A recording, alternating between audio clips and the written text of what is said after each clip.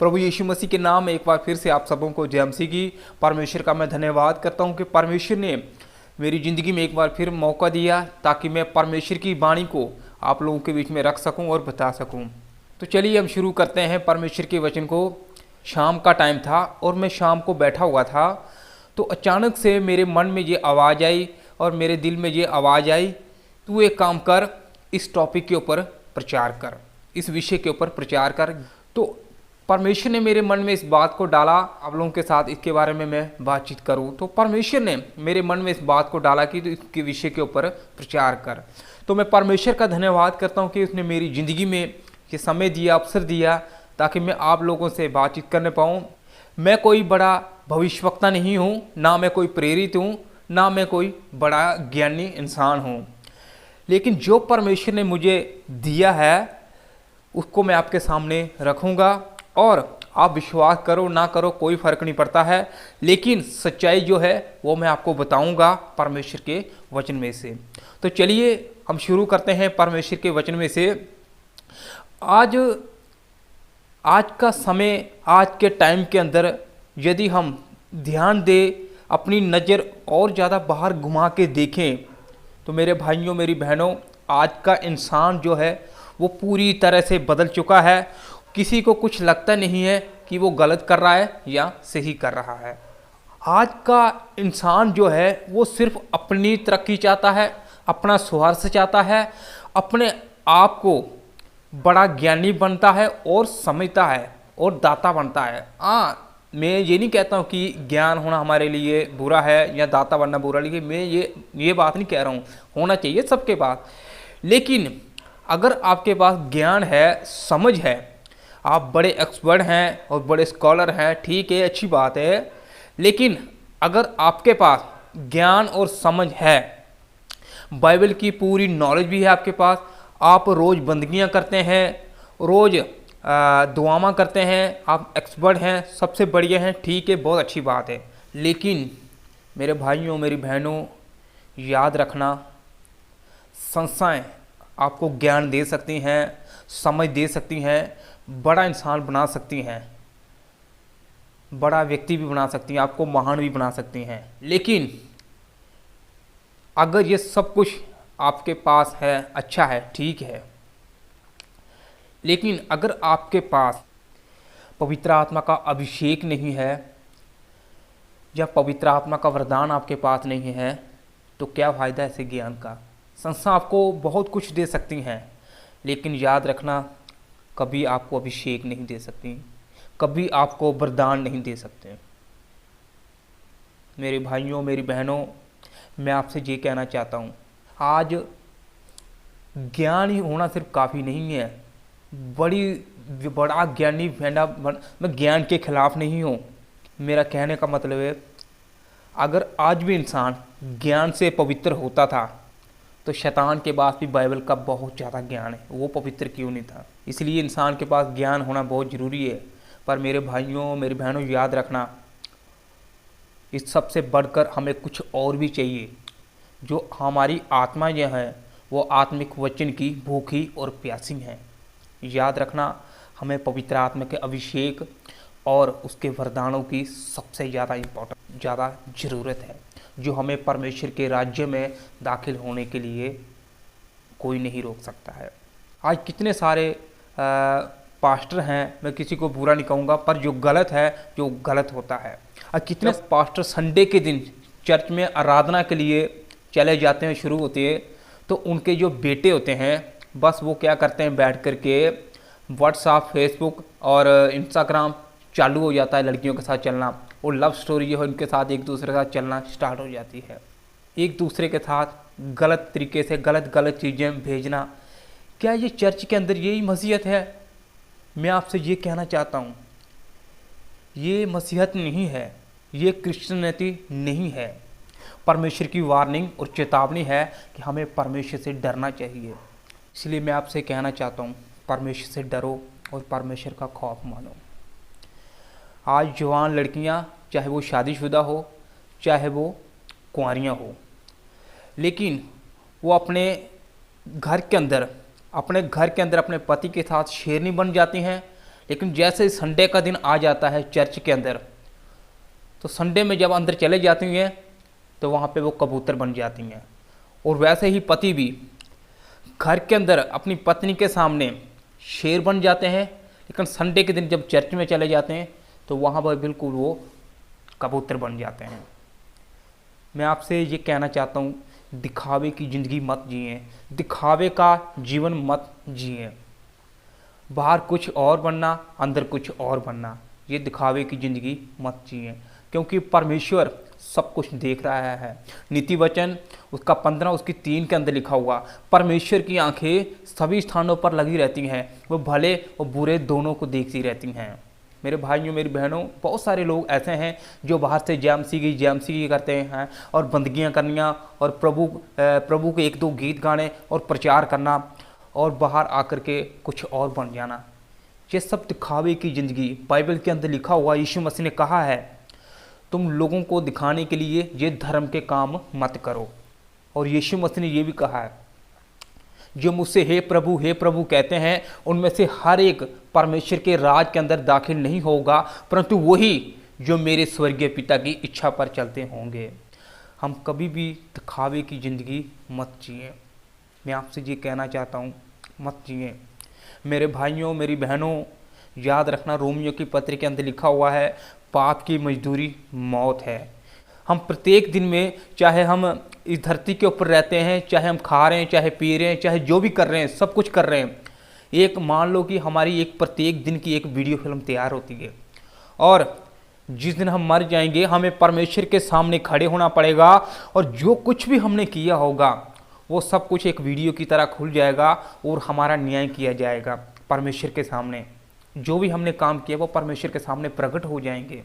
जिस प्रकार संत पौलुस भी कहता है, मैं आपके लिए वचन पढ़ूंगा, पहला कुरिन्थियों 10 और उसकी 20 और 21 में इस प्रकार लिखा हुआ है, नहीं वरन ये कि अन्य जाति जो बलिदान करते हैं वे परमेश्वर के लिए नहीं परंतु दुष्ट आत्मा के लिए बलिदान करते हैं। और मैं नहीं चाहता कि तुम दुष्ट आत्मा के सहभागी हो। तुम प्रभु के कटोरे, दुष्ट आत्मा के कटोरे दोनों में से पी नहीं सकते। तुम प्रभु की मेज, दुष्ट आत्मा की मेज दोनों के साझी नहीं हो सकते। आज दोगले मसीह बन चुके हैं। जब कोई परेशानी, जब कोई विपत्ति आती है तो परमेश्वर के पास चले जाना, प्रभु से प्रार्थना करनी, प्रभु के दास से प्रार्थना करवानी, बस जैसे ही कोई परेशानी, कोई प्रॉब्लम ठीक हो गई, अपने काम में लग जाना। मेरे भाइयों मेरी बहनों, याद रखना, दोगला जीवन जीने वाले कभी परमेश्वर के राज के अंदर दाखिल नहीं होंगे। आप परमेश्वर की मेज, दुष्ट आत्मा की मेज, ये दोनों में शामिल नहीं हो सकते। आपको एक रास्ता चुनना पड़ेगा, या तो परमेश्वर का या तो दुष्ट आत्मा का। या तो आपको परमेश्वर की मेज की खाना पड़ेगी या फिर दुष्ट आत्मा की मेज की। इसलिए मैं आपसे कहना चाहता हूँ, परमेश्वर के सामने धीन होकर के, नम्र होकर के प्रार्थना करो, क्योंकि मुझे और आपको, हमको एक दिन परमेश्वर के सामने खड़े होना पड़ेगा।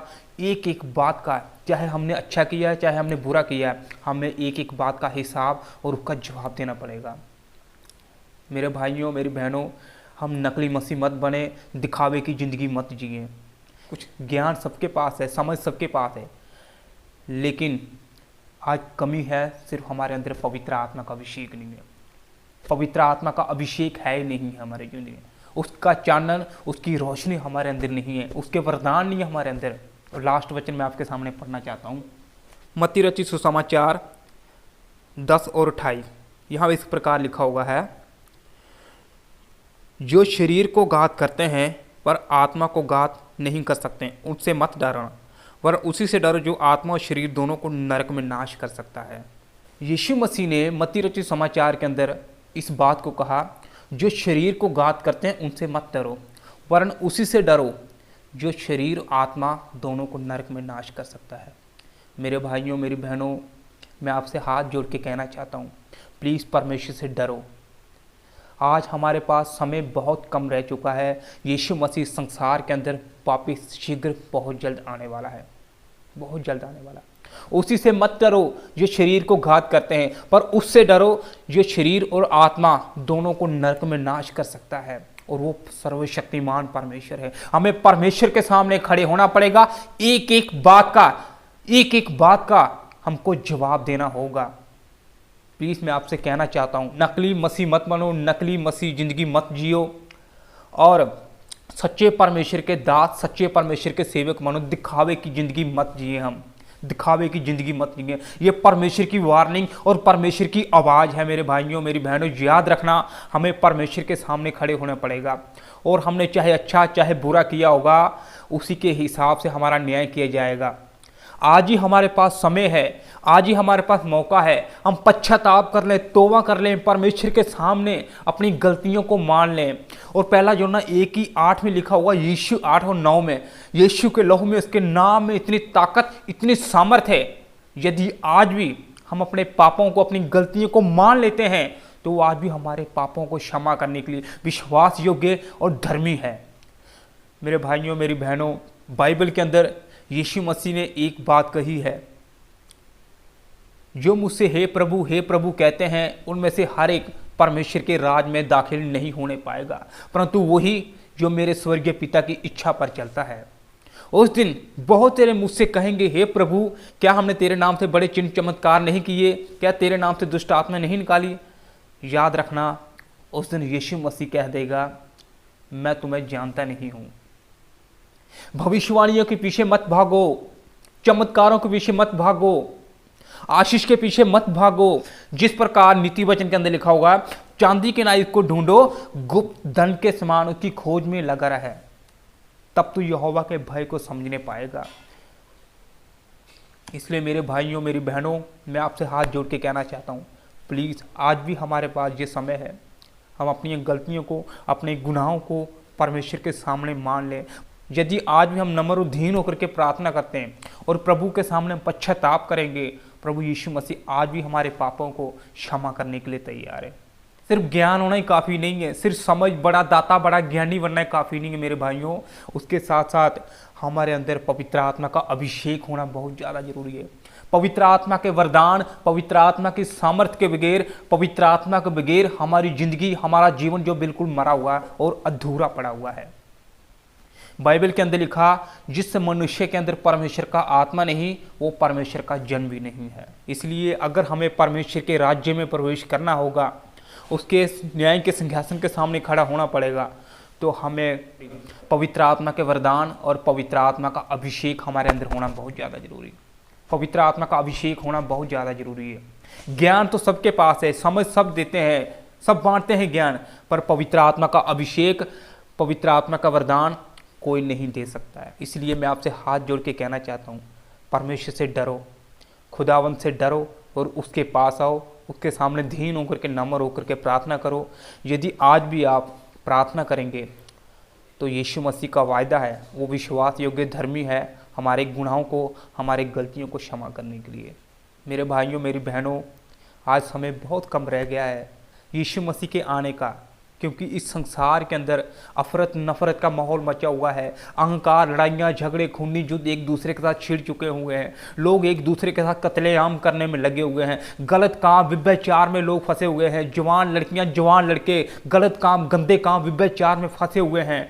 आज भी ऐसा ना हो जाए हम सिर्फ बंदगियाँ करते रह जाएं, सिर्फ हम ढोलकियाँ बजाते रह जाएं, सिर्फ हम गीत गाते रह जाएं, सिर्फ हम प्रचार करते रह जाएं, सिर्फ हम ज्ञान बांटते रह जाएं, अचानक से प्रभु यीशु मसीह आ जाए और फिर वही 10 कुंवारियों वाला हिसाब हो जाएगा। 5 मूर्ख 5 समझदार थी जो राजा ने उसके लिए द्वार खोला और वो राजा के साथ द्वार में प्रवेश कर गई। और उसके बाद 5 मूर्ख जो थी, उनके पास तेल भी ख़त्म था, उनका दिया भी ख़त्म हो गया था और फिर वो उनके लिए द्वार बंद हो गया था। कहीं ऐसा ना हो जाए मेरे प्रियो, प्रभु यीशु मसीह के आने बाद जब हमारे लिए द्वार बंद किया जाएगा ऊपर। इसलिए जब तक पवित्र आत्मा का अभिषेक हमारे अंदर नहीं है, उसका चानन, उसके वरदान, उसकी सामर्थ्य नहीं हमारे अंदर, हम बिल्कुल खाली और बिल्कुल मरे हुए हैं। आप विश्वास करो ना करो कोई फर्क नहीं पड़ता है, लेकिन सच्चाई जो है वो मैंने आपको बता दी है। बाइबल के अंदर लिखा हुआ, जिस किसी का नाम जीवन की पुस्तक के अंदर लिखा हुआ नहीं मिलेगा, वह आग की झील यानी नरक में डाल दिया जाएगा। और नरक में आरामकारी, शराबी, गंदे काम, व्यभिचारी, बुराइयां करने वाले, ऐसे लोग नरक के बागी, नरक के पात्र बनेंगे। और जिन्होंने विश्वास किया, पश्चाताप, तौबा किया, प्रभु के ऊपर विश्वास किया और पवित्र आत्मा का अभिषेक, उसके वरदानों, परमेश्वर के सामने दीन और नम्र बने रहें, उनके लिए एक आकाश द्वार खुल जाएगा और वो परमेश्वर के राज्य में सदा के लिए दाखिल हो जाएंगे। और बाकी नामधारी मसीह जो एतवार के दिन चर्च में जाते हैं और बाकी 6 दिन सियाने के पास फिरते हैं, जादू टोना तंत्र मंत्र करवाने के लिए चले जाते हैं, और घर में संडे के दिन जवान लड़कियां, चाहे जवान लड़की का कोई भी हो, संडे के दिन चर्च में चले जाना, पीछे से फलाने के पास चले जाना, सियाने के पास चले जाना, बाबा मेरा वो कर दो, बाबा मेरा ये इलाज कर दो, मेरे घर में बरकत नहीं आ रही। बरकत कब आनी है? जब आप विश्वास ही नहीं करते प्रभु के ऊपर, जब आपको यकीन नहीं है खुदावंत के ऊपर, परमेश्वर के ऊपर ईमान ही नहीं है, बरकत कैसे आनी है? आपके घर में शांति कैसे आएगी? जब आप पूरे ईमानदारी से, पूरी वफादारी के साथ खुदावंत के साथ में चलते नहीं है, खुदावंत को आप जानने की कोशिश नहीं कर रहे हैं, बरकत कैसे आनी है? शांति कैसे आनी है? जब आप ईमानदारी के साथ, वफादारी के साथ, पूरे दीन और नम्र होकर के परमेश्वर को पुकारेंगे, प्रभु अपने पवित्र आत्मा को भेज, आप प्रार्थना करेंगे, तो परमेश्वर का वायदा है वो आपकी जिंदगी को, आपके जीवन को पूरी तरह से बदल कर रख देगा। मेरे भाइयों, पूरी तरह से बदल कर रख देगा। आज हमारे पास समय बहुत ज्यादा कम रह चुका है। हम समझने की कोशिश क्यों नहीं कर रहे हैं? क्यों नहीं कर रहे हैं समझने की कोशिश? हम पश्चाताप कर लें, तौबा कर लें, परमेश्वर के सामने दीन और नम्र होकर के प्रार्थना करें। परमेश्वर आपको इन वचनों के द्वारा आशीष करे, बरकत दे। आप सबों को जय मसीह।